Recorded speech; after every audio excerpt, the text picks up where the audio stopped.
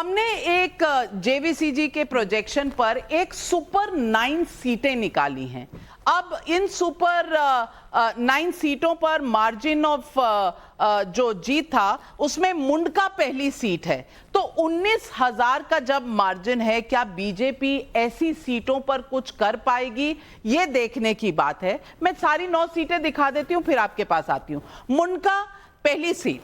दूसरी सीट जो हमने निकाली है वो मार्जिन की सीट है त्रिनगर। त्रिनगर में 22,000 का मार्जिन 2015 में था और अब 2020 में घट के लगभग 10-साढ़े 10,000 हो गया। क्या यहां पर कुछ फेरबदल हो सकता है त्रिनगर और मुंडका की सीटों पर? ये सुपर 9 सीटें हैं।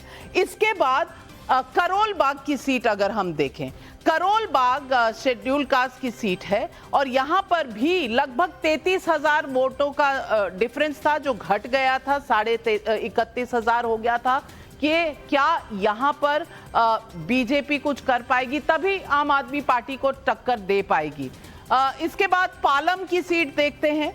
पालम की सीट पर भी लगभग 32,000-33,000 के बीच का मार्जिन है। यहां पर क्या बीजेपी बेटर कर पाएगी? अगर ये इन सीटों पर बीजेपी कुछ इनरोड्स बना सकती है तो आम आदमी पार्टी को हिला सकती है, वरना मुश्किल होगा।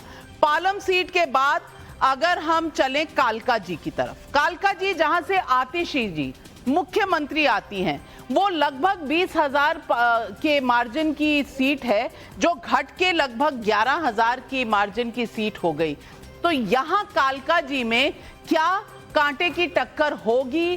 क्या यहां पर बीजेपी कुछ कर पाएगी? ये एक बड़ी बात होगी। अब कोंडली पे चलते हैं और कोंडली में अगर हम देखें तो लगभग 25,000 से लगभग 18,000 का मार्जिन घट के आ गया है। यहां बीजेपी क्या जा पाएगी?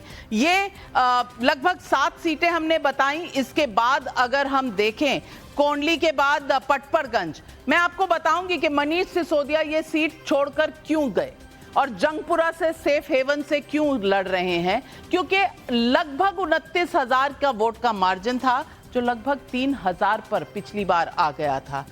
भाग गए डिप्टी चीफ मिनिस्टर रहे हुए, चले गए दूसरी सीट पे।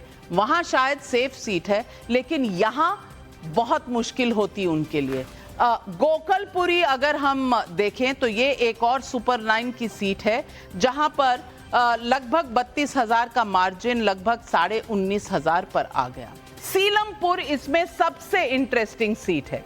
सीलमपुर में अगर आप देखें तो यहां पर 2015 में वोट शेयर देखिए 51.25 और फिर 56.05। यहां पर सीट शेयर वोट शेयर जो है बढ़ा था, लेकिन अगर कांग्रेस यहां पर कुछ कर पाती है और अगर ये ट्रायंगुलर कॉन्टेस्ट सीलमपुर में होता है तो क्या यहां धक्का पड़ेगा? क्या बीजेपी उसका बेनिफिट ले पाएगी? ये एक बड़ा सवाल है। इसीलिए हम इन सीटों को सुपर 9 कह रहे हैं। पूर्वांचली वोटर के अपमान का मुद्दा भी किसको नुकसान पहुंचाएगा, ये भी एक बड़ी बात है। आज इस बात पर बहुत से प्रदर्शन भी हुए हैं और इसके अलावा 2020 की तरह क्या जीएसटी एक बड़ा फैक्टर होगा, ये भी कुछ सवाल हैं। ढांडा जी, मैं आपसे पूछना चाहती हूं, इस बार क्या थोड़ी बहुत परेशानी का अनुमान है? क्योंकि मनीष सिसोदिया का सीट बदलना, आतिशी जी की सीट पर बहुत नैरो मार्जिन होना, क्या ये कुछ आपके लिए फिक्र के विषय हैं?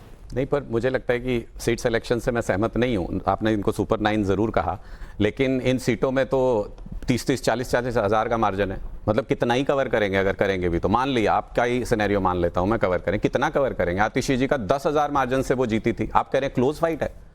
असेंबली इलेक्शन में 10,000 का margin is a close fight. Mundka seat के बारे में मैं जरूर कहना चाहता हूं। साहिब सिंह वर्मा जी वहां से आते हैं, प्रवेश वर्मा जी का गांव है वहां पे। वहां से अगर इतने ही मजबूत हैं, लड़े क्यों नहीं? क्यों भागा है वहां से? मुझे लगता है कि आपने जो मनीष जी के बारे में बोला पटपरगंज सीट पे, मुझे लगता है उस पर भी बात होनी चाहिए।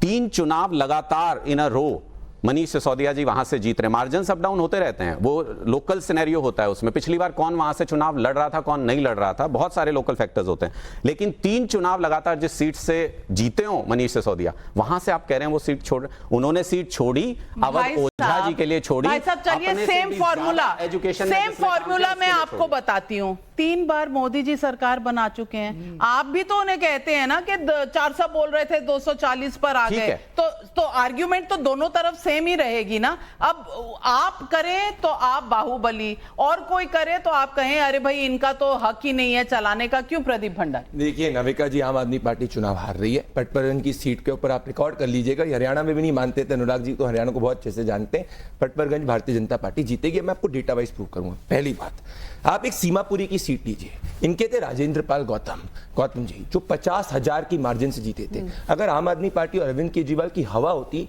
तो 50,000, दिल्ली में सबसे ज्यादा मार्जिन से जीतने वाले व्यक्ति क्यों आम आदमी पार्टी छोड़ता? भाई अरविंद केजरीवाल की हवा है, 50,000 वोट अरविंद केजरीवाल की आम आदमी पार्टी छोड़ी, सबसे ज्यादा सीट से जीतने वाला व्यक्ति। दूसरी बात, अगर अरविंद केजरीवाल जी की हवा होती तो भाई 3,207 vote, which is like 1,500 votes की शिफ्ट, तो क्यों मनीष सिसोदिया छोड़ के जाते? क्योंकि पता है कि अरविंद केजरीवाल के नाम पे 1,500 वोट भी दिल्ली में वो एक सीट पे स्विंग नहीं कर सकते, इसीलिए 50,000 की मार्जिन वाला भी भाग गया आम आदमी पार्टी से, और 1,500 की मार्जिन स्विंग वाला भी आम आदमी पार्टी से पटपर्गन की सीट छोड़ के भाग गया। इन्होंने एक भी ओबीसी को राज्यसभा के अंदर नहीं भेजा है, तो ये परवेश वर्मा को गाली बकेंगे, इनको गुज्जरों से नफरत है, इसीलिए ये बुदूरी जी को गाली बकेंगे, इनको घबरा चुके हैं, क्योंकि 13 गुज्जरों के गांव जो कालका जी में आते हैं, वो सब इनके खिलाफ वोट करने वाले हैं। मैं 10 सेकंड दूंगा। बिदूरी को कौन गाली दे रहा है और बिदूरी जी कितने गालियां दे रहे हैं, ये तो देश के सामने है, और मैं कभी समर्थन नहीं करूंगी, मैं कभी समर्थन नहीं कर सकती ऐसे इंसान का जो महिलाओं की तरफ जिस तरह की भाषा उन्होंने इस्तेमाल की है।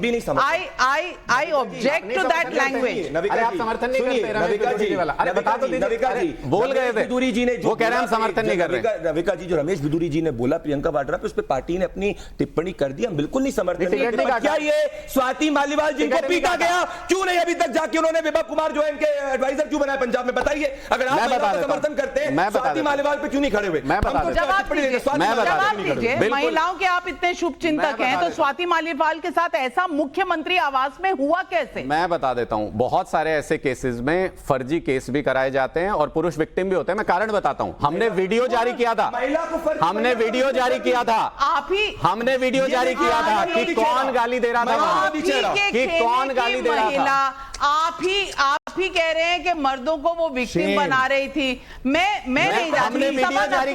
सबा नकवी जी, आप कह रही हैं स्वाति मालीवाल विक्टिम बना रही थी पुरुषों को वहां पर।